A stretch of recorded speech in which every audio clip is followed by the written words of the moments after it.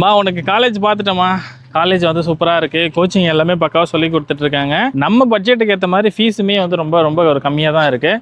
கவலையே படாத, உனக்கு பண்ணி கொடுத்துட்டேன். இன்னும் ஒன்று ஒரு 1 hour ட்ராவல் இருக்குமா நம்ம பாரிஸ்லேருந்து வர்றதுக்கு மட்டும். ஸோ அது மட்டும் பார்த்துக்கணும். ஆமாம்மா 1 hour தானே. உன் லைஃபுக்காக ஒரு 1 hour ட்ராவல் பண்ண மாட்டேன் டெய்லி. எதுவும் பண்ண மாட்டியா? என்னம்மா சொல்கிறேன்.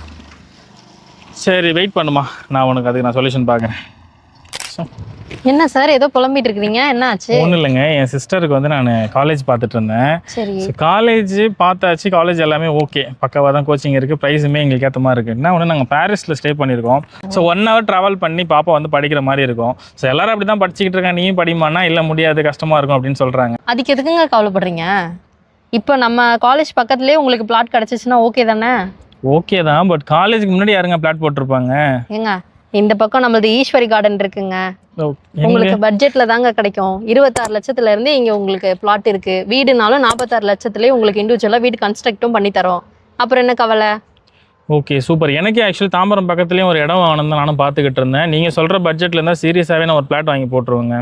ஆமாங்க, ஏன்னா காலேஜும் சரி, உங்களுக்கு வந்துட்டு படப்பை வண்டலூர் வந்துட்டு ஹைவேவும் சரி 300 மீட்டர்ஸில் தாங்க இருக்குங்க. எல்லாமே வாக்கபிள் டிஸ்டன்ஸ் தான். ஸோ இந்த இடத்துல நீங்கள் இடம் வாங்கி போட்டிங்கன்னா உங்களுக்கு அப்ரிசியேஷனும் இருக்கும்.